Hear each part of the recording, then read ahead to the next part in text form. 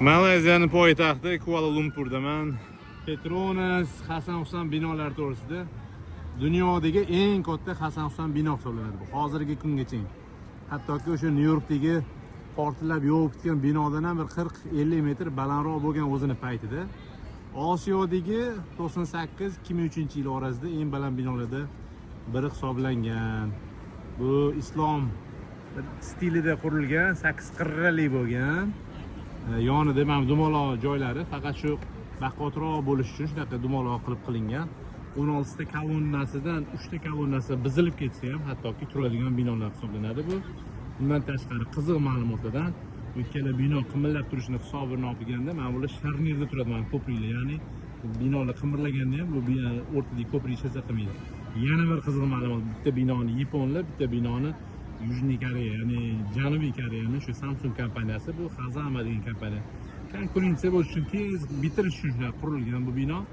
Lekin geologiya qilinganda, qarang, shu yerda ham geologiya qilinganda bitta bino qattiqroq tosh ustida bo'lib qolgan, bir qoyaning ustida, bitta tomoni yumshoq bo'lib qolgan. Shu sababli shu ikkala binoni 60 metrga surishgan, ya'ni bir xil joyda qurilishi uchun.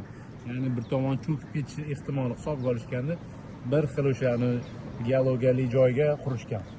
Balandligi 451 metr. Solishtirish uchun Makkadagi o'sha soat binosidan 150 metr pastroq. Makka binosi, o'sha soat binosi 601 metr bo'lsa, bu 451.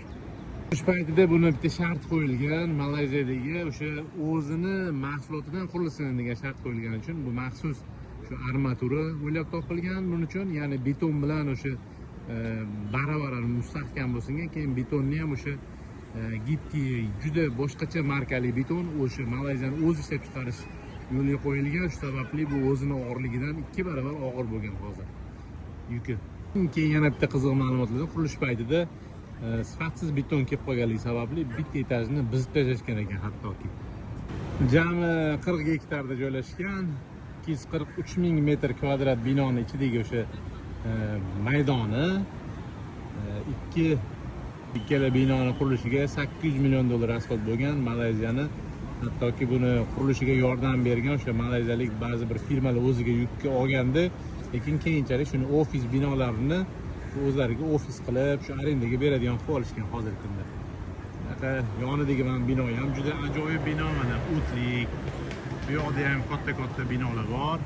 Shunga o'xshash chiroyli ma'lumotlar, foydali, qiziqarli ma'lumotlar olib turish uchun obuna bo'lib qo'yinglar. Bundan tashqari Malayziyada Merdeka degan bino qurilib bitkazilgan. Shu karantindan keyin bu dunyoda Burj Xalifadan keyin ikkinchi o'rinda turadi. Shunga o'xshagan ma'lumotlar olib turish uchun obuna bo'lib qo'yinglar, kommentariyada yozsanglar yana qiziq ma'lumotlar beramiz. Sog' bo'linglar, salomat bo'linglar.